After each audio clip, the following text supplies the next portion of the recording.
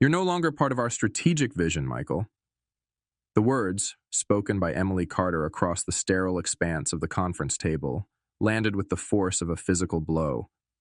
Her voice was a flat line, devoid of emotion, utterly clinical. Michael felt the air leave his lungs in a silent rush. The carefully constructed reality of his 15-year career at Redwood Industries shattering around him like brittle glass. Only moments before, he'd been pulled from a client meeting, stepping into the familiar chill of the executive floor conference room, expecting nothing more than a routine update. Now Emily, the ambitious EVP barely 6 months into her tenure, sat opposite him, her expression unreadable, her posture radiating cool authority. The fluorescent lights above seemed to hum louder, reflecting harshly off the polished mahogany surface between them, emphasizing the sudden yawning gulf that had just opened. He blinked, trying to process. Strategic vision? He was Redwood's sales strategy, the one who'd built the relationships, navigated the downturns, pushed them consistently forward. As if sensing his disorientation, Emily continued without pause, her gaze fixed somewhere just past his shoulder. Effective immediately, your position as Senior Vice President of Sales is eliminated. She consulted a sleek tablet, her manicured finger tapping the screen. Wero dra voisu trungtin lanlung tu fia ben kia kuachik ban hopvo trong, lo lung trong kong keen hu offering a transitional role. Significantly adjusted compensation. Base pay reduced by 40%. Revised commission structure, 40%. The en hung hat bung lo lung. Chung hong hakan nhu thong tin. Man hu mat ban an. Ngai number slammed into him. Secondary shock waves following the initial impact. His title, his standing, the culmination of a decade and a half of lap tuk, kat jut soi dai, sing menk moi lum num ja rang bok, Michael Sterling Voy Redwood Industries. Relentless dedication, gone. Erased by a pronouncement delivered with the impersonal efficiency of a software update. This wasn't business and kem han juoch tax jong vemat the chat, mot kam giach trong rong jot nungot trong long nunguk, mao root koi kuon mat an, chivai kuan kach truok, an jambi keora hoi mot kwok hop kach hang thuong. It was obliteration, cold and calculated. The sterile room felt suddenly like a vacuum, sucking the breath, the certainty, the very ground from beneath him. The decree had been issued. The heavy oak door clicked shut, encasing Michael in the profound silence of his study. It wasn't merely quiet. It was a stillness that seemed to absorb sound, heavy with the scent of old leather and polished mahogany. Here, amidst the tangible history of his career, the rows of industry awards glinting dully, the framed photos capturing past triumphs, the weight of 15 years building Redwood Industries settled upon his shoulders like a physical burden. It was the weight of deals closed at dawn, of transatlantic flights chasing leads, of mentoring juniors who now held senior positions, of building something substantial, brick by painstaking brick. Emily's words, clinical and dismissive, echoed in the vacuum. No longer part of our strategic vision. A dull ache bloomed beneath his sternum, the unmistakable sting of pride, wounded and raw. For a moment, the meticulously crafted world he'd navigated felt precarious, the floor unstable beneath his feet. Then, his hand moved, almost an unconscious act, to the knot of his silk tie. The fabric felt cool and familiar beneath his fingers. He loosened it slightly, then meticulously re-tightened it, ensuring the dimple sat perfectly centered. It was a small ritual, a habit honed over countless high-stakes meetings and presentations. Today, however, it felt different. It was less about appearance and more about reclaiming a piece of himself, a small, familiar anchor in the disorienting squall of dismissal. As his fingers worked the knot, the initial shock began to recede. The sting remained, yes, but beneath it, something else started to solidify. Like iron cooling, a resolve began to harden within him. His mind, moments ago a chaotic swirl of disbelief and hurt, started to clear, focusing with a sudden, sharp intensity. The mental map began to unfurl, not of retreat, but of a counteroffensive. Names surfaced like beacons in the fog: Frank Donovan, Sarah Jenkins, key clients whose loyalty wasn't just to Redwood, but to him. The intricate tapestry of relationships he'd woven over 15 years. They thought they'd cut him loose. They had no idea they just handed him the very threads needed to unravel them. The ache in his chest didn't disappear, but it was now overlaid with a layer of glacial calm. The planning had begun. His movements were deliberate as he crossed to the antique Tantalus on the credenza. The heavy crystal decanter felt cool and solid in his hand, the stopper yielding with a soft shush that barely disturbed the study's quietude. He poured a generous measure, perhaps 2 fingers, of the aged bourbon into a lowball glass. The liquid caught the lamplight, glowing a deep, rich amber, the color of distilled time and patience. It swirled slowly as he tilted the glass, clinging slightly to the sides, releasing a faint aroma of vanilla, oak, and something vaguely smoky. He held the glass but didn't immediately drink.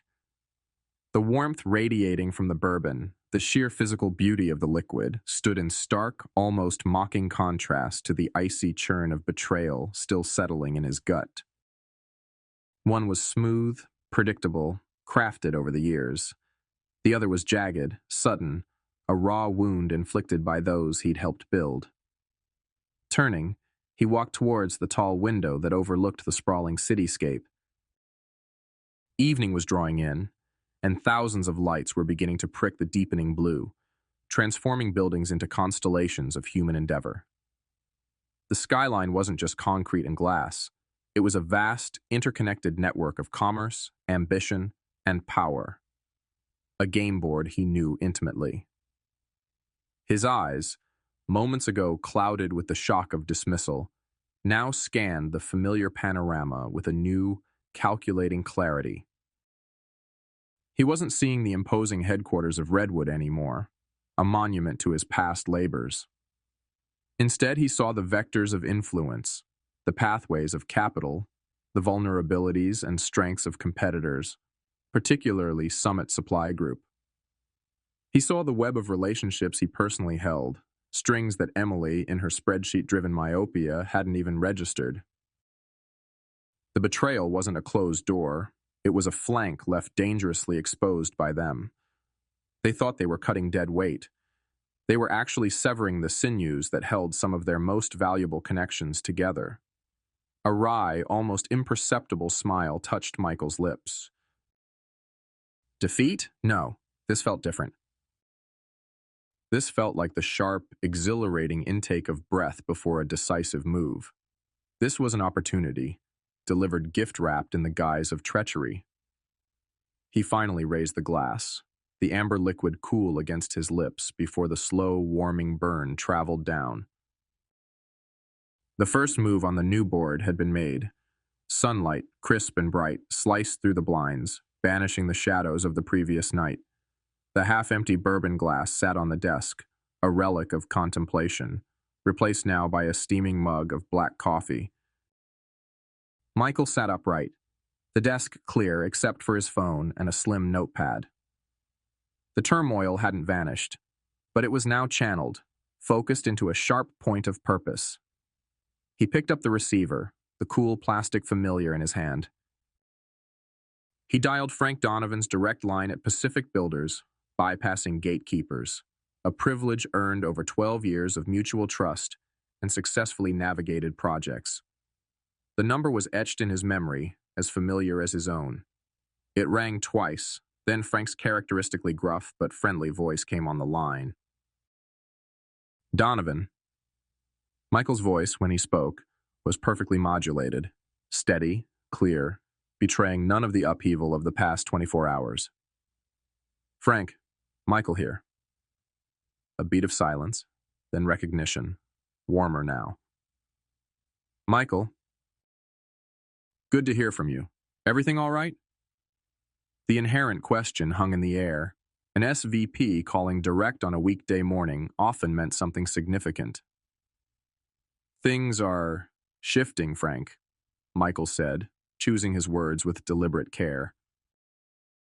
There's been a significant change in direction at Redwood, and my role there has concluded. He paused, letting the carefully phrased statement sink in. No bitterness, no lengthy explanation, just the facts delivered with professional detachment. I'm currently exploring my next steps, looking at where my expertise can best be applied. He could almost hear Frank processing the information on the other end. The surprise, perhaps a flicker of indignation on Michael's behalf, quickly followed by pragmatic assessment. Frank Donovan was a builder, a pragmatist who valued reliability above all else. So, Michael continued, his tone inviting collaboration rather than seeking sympathy. I wanted to reach out early. Pacific Builders has always been a key partner, and our working relationship is something I value greatly. Let's talk soon, perhaps later this week. The response was immediate, exactly as Michael had anticipated. Frank's voice lost its earlier casualness, replaced by a focused seriousness. Hell yes, Michael. Absolutely. You land somewhere, anywhere, you call me first. You know we rely on your insight, not just Redwood's letterhead. Name the time and place. We'll talk. Michael felt a surge, not of relief, but of confirmation. The first domino had fallen exactly as planned. Appreciate that, Frank. I'll be in touch shortly to arrange something. He ended the call, placing the receiver back with a quiet click. He made a brief note on his pad. One call made. One crucial pillar of support secured. The counter-offensive wasn't just mapped out anymore. It was in motion. The house settled into the deep quiet of late evening. The digital clock on Michael's desk glowed 11:17 p.m. Outside, the city had softened its roar to a distant hum. Inside the study, the only sounds were the rhythmic tap-tap-tapping of keys and the low whir of his laptop's fan. The earlier fire of the bourbon had long faded, replaced by the sustained energy of focus. His fingers moved with practiced efficiency across the keyboard, drafting the email to Sarah Jenkins, CEO of Summit Supply Group. He'd met Sarah at several industry conferences. She was sharp, ambitious, and known for recognizing talent. Summit was Redwood's most agile competitor, steadily gaining market share, often nipping at Redwood's heels in key sectors. The subject line was concise. Confidential inquiry, Michael Sterling. The body of the email was meticulously crafted. He avoided any hint of grievance or drama regarding his departure from Redwood, stating simply that he was transitioning from his long-term role and exploring new strategic opportunities.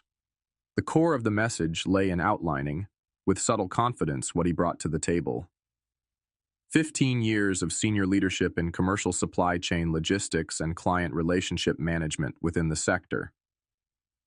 A deep, granular understanding of market dynamics, competitor positioning, and emerging growth areas.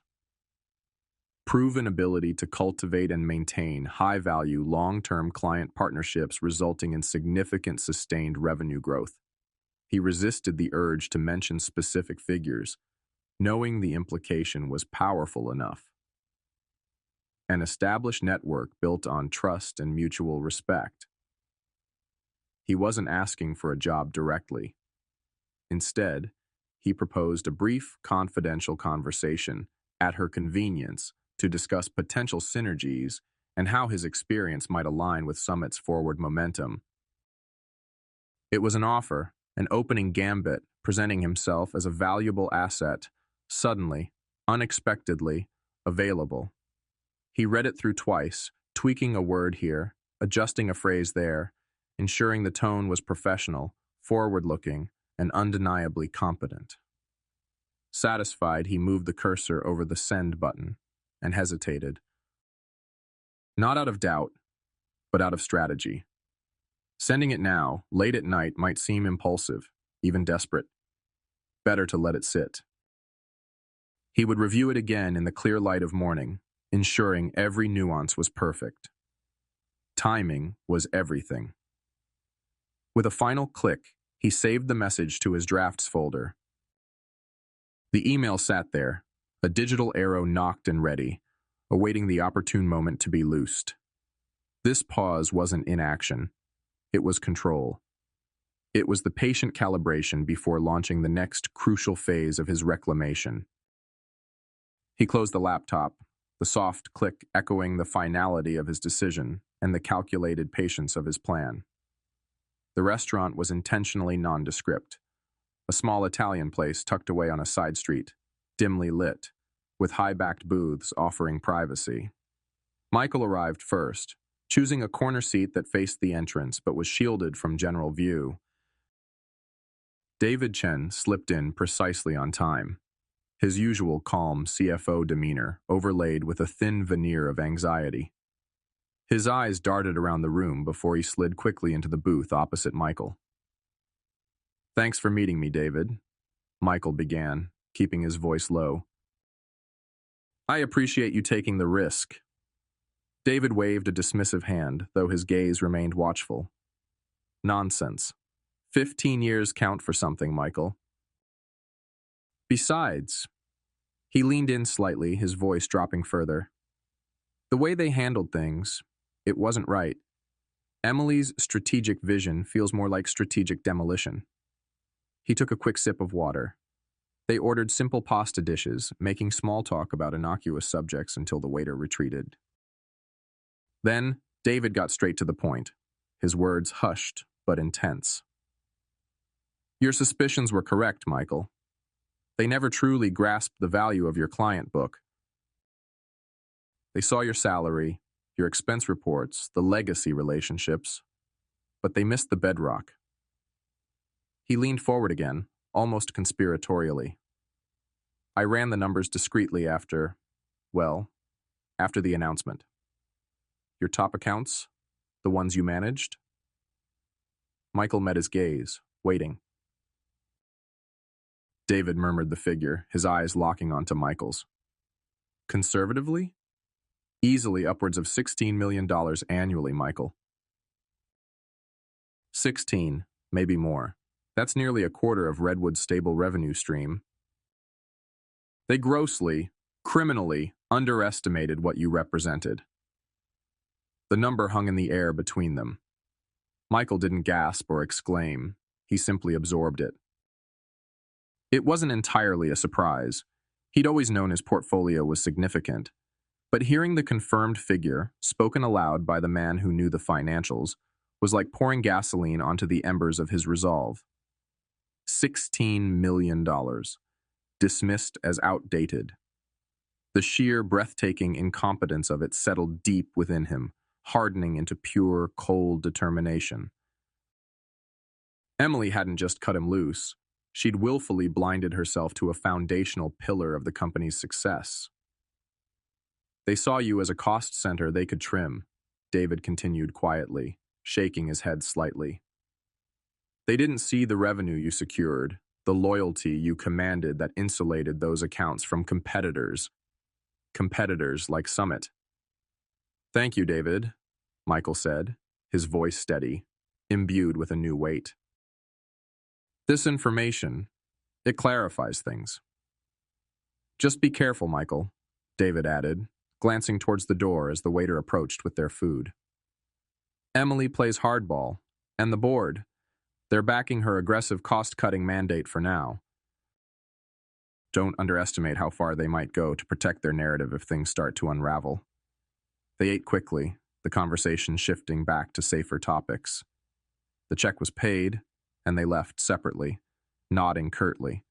Two colleagues bound by years of shared work, now navigating treacherous new currents. The $16 million revelation wasn't just data, it was ammunition. And Michael was ready to aim. The first ripples weren't dramatic, more like subtle shifts in tide noticed only by those attuned to Redwood's internal rhythms. an unexpected delay in a major payment from Apex Construction, a terse email from Meridian Developments requesting clarification on new service protocols they hadn't agreed to, whispers in the corridors about hushed, tense calls between Emily's new account managers and long-standing clients. Then, the tremors began in earnest.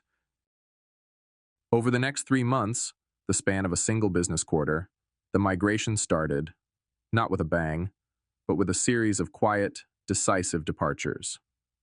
First, Pacific Builders, Frank Donovan making good on his promise. Their formal notice cited strategic realignment, but the industry grapevine buzzed with the real reason. Frank followed Michael, the man who understood his business needs, not the newly implemented customer success metrics Redwood was pushing. Next came Apex Construction, then Meridian Developments, followed shortly by Keystone Holdings. These weren't minor players. They were pillars of Redwood's portfolio, clients Michael had personally nurtured for years, navigating them through market downturns and project crises. Collectively, their departure represented a staggering blow. Close to 30% of Redwood's core, high-margin revenue simply evaporated. The process was remarkably smooth, almost disturbingly so from Redwood's perspective. There were no angry confrontations or drawn-out negotiations. Clients simply informed Redwood they wouldn't be renewing contracts or were exercising termination clauses, citing reasons ranging from unforeseen changes in vendor management approach to a desire for more personalized strategic support. Behind the scenes, Michael's newly formed team at Summit worked with quiet, focused intensity. Having anticipated this potential influx, they ensured the onboarding process for each new client was flawless. Data was migrated seamlessly, initial orders were fulfilled perfectly, and Michael himself often made introductory calls or site visits, reinforcing the message of continuity and enhanced service. He wasn't poaching. He was simply providing a familiar, trusted haven for clients feeling alienated by the new regime at Redwood. At Redwood, the atmosphere shifted from confusion to thinly veiled panic. Revenue projections for the quarter went from optimistic to alarming. Emily, initially dismissive of the departures as expected churn during a restructuring, found herself facing increasingly pointed questions from the board. Her presentations, once sleek and confident, now carried a defensive edge. The narrative of efficient, data-driven management was crumbling against the hard reality of vanishing clients and evaporating revenue, all flowing quietly, inexorably, towards Michael Sterling at Summit. The tremors were becoming an earthquake, shaking the very foundations Emily had claimed to be reinforcing. The certified letter arrived mid-morning, delivered by a courier requiring a signature. Its stiff, cream-colored envelope bore the imposing logo of Redwood Industries and the return address of their high-powered corporate law firm. It felt heavy in Michael's hand, not just with paper, but with implied menace. He opened it calmly in his Summit office, the panoramic view of the city a silent backdrop. The language inside was precisely what he'd expected: dense legalese, paragraphs thick with accusations veiled as formal concerns. It spoke of potential breaches of fiduciary duty, tortious interference with contractual relationships, and strongly implied improper solicitation of clients still under agreement with Redwood. It referenced his non-compete agreement, conveniently omitting the specific product line limitations Sarah Jenkins had confirmed. The letter culminated in thinly veiled threats of immediate legal action, demanding he cease all contact with Redwood clients and hinting ominously at seeking substantial damages. Michael read it through once, a slight, almost imperceptible tightening around his eyes, the only outward sign he was processing the aggressive text. There was no anger, no surge of indignation. It felt predictable, desperate even. This wasn't the move of a confident corporation securing its position. It was the flailing of an entity bleeding revenue and looking for a scapegoat, trying to intimidate him back into submission, or at least slow the exodus. He didn't dwell on it. Picking up his desk phone, he scanned the document into Summit's secure system. He then composed a brief email to Eleanor Vance, Summit's sharp, unflappable chief legal counsel. Subject: FW. Correspondence from Redwood Legal Eleanor. Please see attached. Received via certified mail today. My assessment: standard intimidation tactics. We anticipated this. As discussed, all actions taken have been fully compliant with the precise terms of my separation agreement. Please review and advise on a formal response, if any is needed beyond acknowledging receipt. Best, Michael. He hit send. The entire process took less than 5 minutes. He leaned back in his chair for a moment, looking out at the city. The fear emanating from that letter was almost tangible, a cold wave rolling off the expensive paper. It was the fear of executives watching their forecasts crumble, the fear of a strategy backfiring spectacularly, the fear of accountability. But the fear wasn't directed at him in a way that touched him.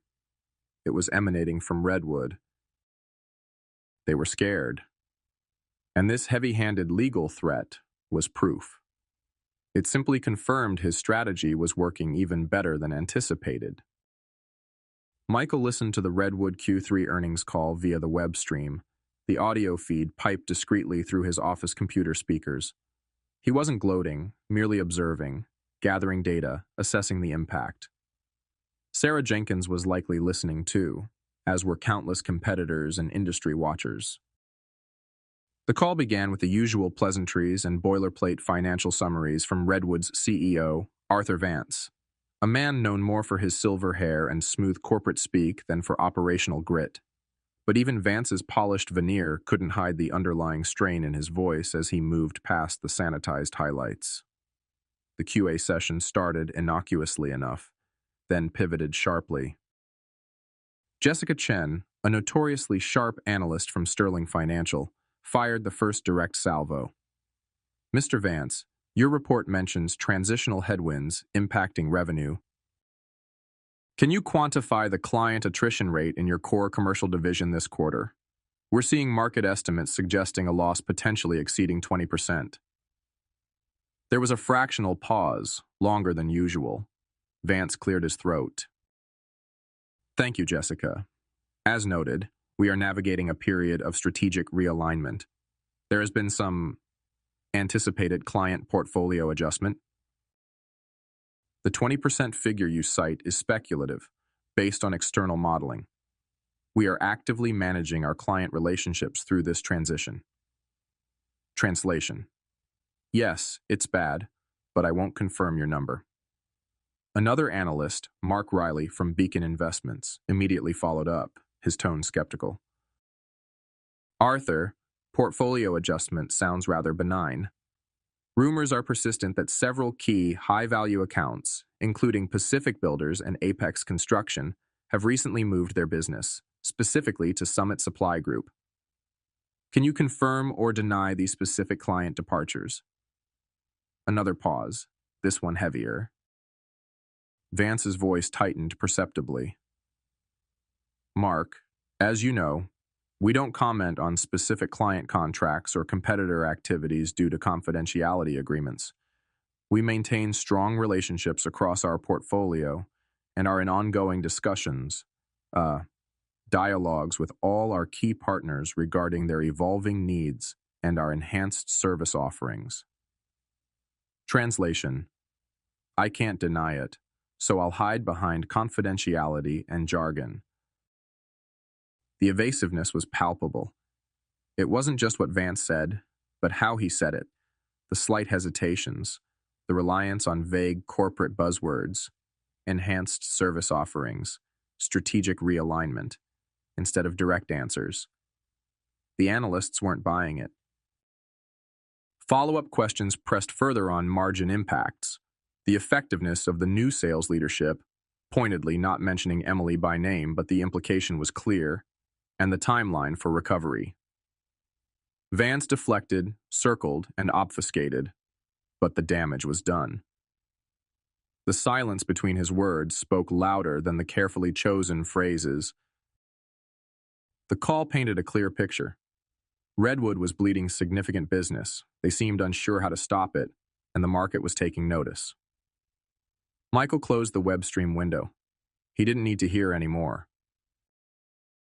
The carefully constructed facade Redwood presented to the world was cracking under pressure. The evasive answers weren't just signs of trouble. They were volumes speaking to the success of his quiet counteroffensive, confirming the strategic vulnerability he had exploited. The market now knew Redwood was wounded. The atmosphere in Summit Supply Group's main conference room was electric.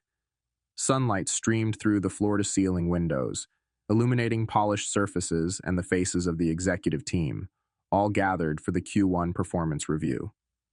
Unlike the strained tension Michael had sensed listening to Redwood's call, here there was a palpable buzz of energy and optimism. Coffee cups clinked, muted conversations hummed, and smiles were genuine. Sarah Jenkins stood at the head of the table, radiating confidence.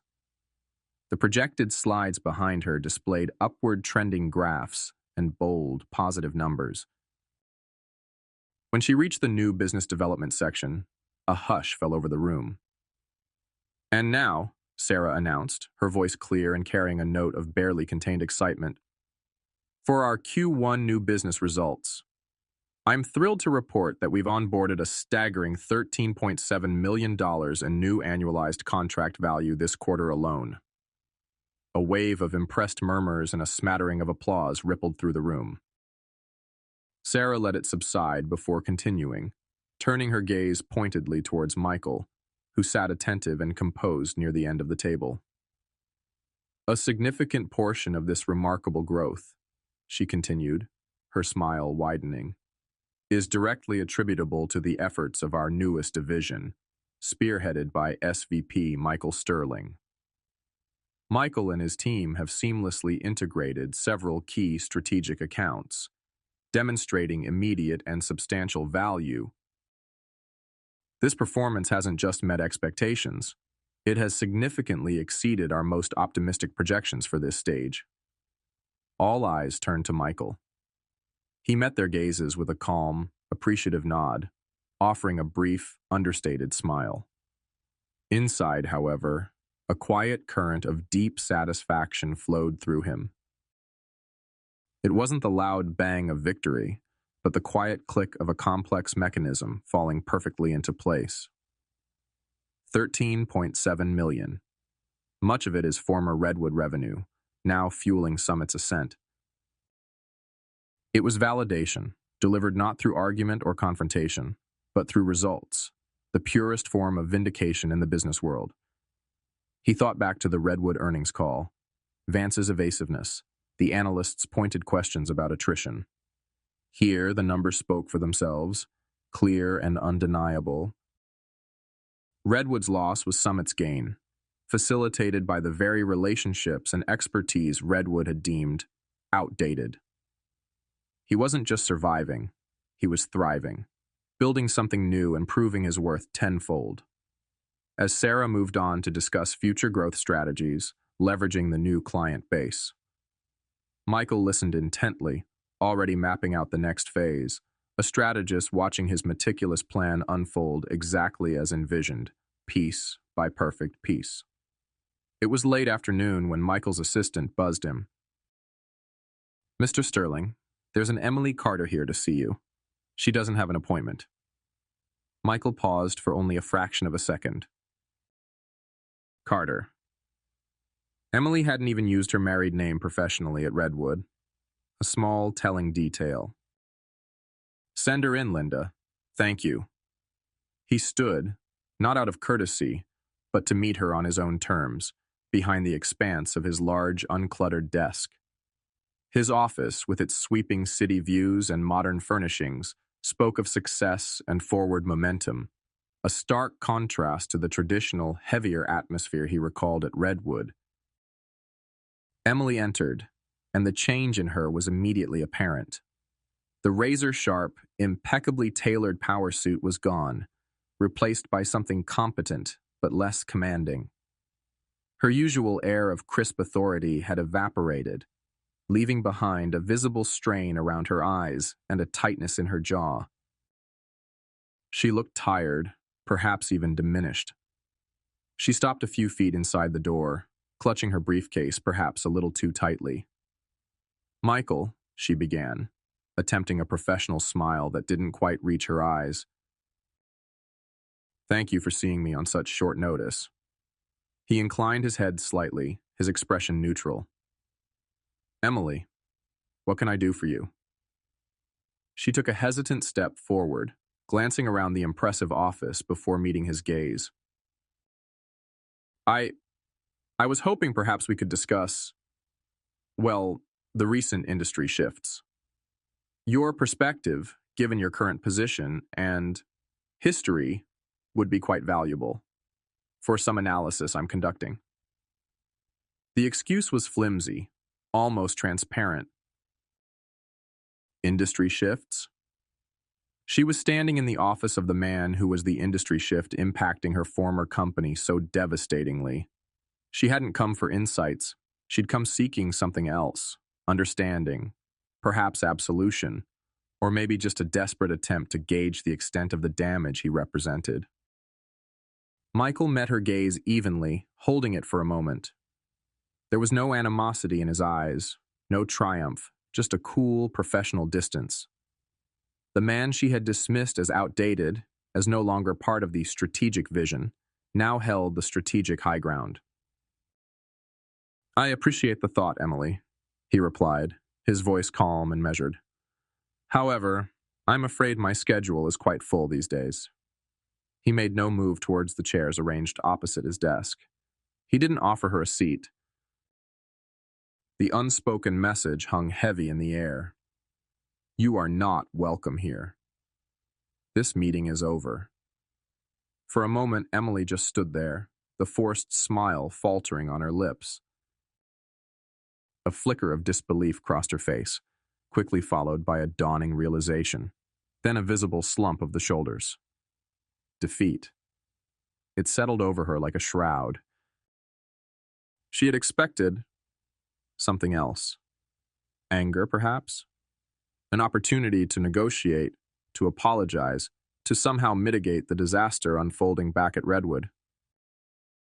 Instead, she received polite, impenetrable dismissal.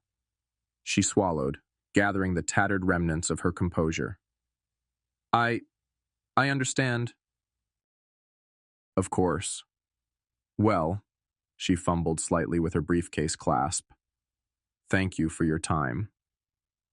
She turned and walked out, her footsteps retreating down the carpeted hallway outside his office. Michael watched the door close, then turned back to the window, looking out at the city skyline. He didn't feel elation, just a quiet finality. The last ghost of Redwood had been politely exorcised. The circle was complete. The aroma of roasted chicken and herbs filled the small, bright kitchen of his daughter's new apartment. Outside the large living room window, the vast tapestry of city lights twinkled, softer and more distant than from his office downtown. Here, they weren't symbols of commerce and power, but simply a beautiful, glittering backdrop to the warmth inside. They ate at a small wooden table, the conversation easy and unforced. Talk of her latest architectural project, a shared anecdote about a family vacation years ago, gentle teasing about his cooking skills, or lack thereof. His daughter Maya, sharp and intuitive like her mother, but with his quiet determination, watched him across the table. "Good day at Summit, Dad?" she asked casually, pouring him more water. Michael considered the question. He thought briefly of Emily's strained visit, the Q1 triumph, the Redwood call echo, remnants of a battle already won, now fading into the background. He could have recounted the details, the corporate drama, the satisfying reversal of fortune. But sitting here in the simple comfort of his daughter's presence, none of it felt like the defining event of his day, or even his recent life. Yes, he replied simply, a genuine smile reaching his eyes. It was a good day. We're building something solid. He looked out at the city lights again, seeing them differently now. For 15 years, his worth had felt inextricably tied to his title at Redwood, to the deals closed, the revenue generated, the validation received from superiors like Arthur Vance, validation that proved ultimately hollow. Emily's cold dismissal had initially felt like an erasure of that worth. But the events of the past months, securing allies, rebuilding at Summit, witnessing the loyalty of clients who valued him over a corporate logo, even facing down Redwood's impotent threats, hadn't just been about revenge or reclaiming status. They had been a crucible, forging something stronger within him. He realized, sitting there sharing a simple meal, that his true value wasn't contained on a business card or reflected in Redwood's flawed estimation. It wasn't even solely defined by the impressive numbers now accumulating at Summit. His real worth lay in the resilience that allowed him to stand back up after being knocked down, in the integrity that guided his actions even when seeking retribution, and crucially, in the trust and loyalty he inspired. Loyalty born from years of keeping his word, solving problems, and treating people with respect. That was the foundation Redwood had discarded, and the foundation he was now building upon, stronger than ever. A profound sense of peace settled over him, quiet and deep. It wasn't the exhilaration of victory, but the steady calm of self-knowledge. He had faced the storm and emerged not just intact, but clearer about who he was and what truly mattered. He met his daughter's knowing gaze across the table and raised his glass slightly. Building something solid indeed, and this time it felt like it would truly last.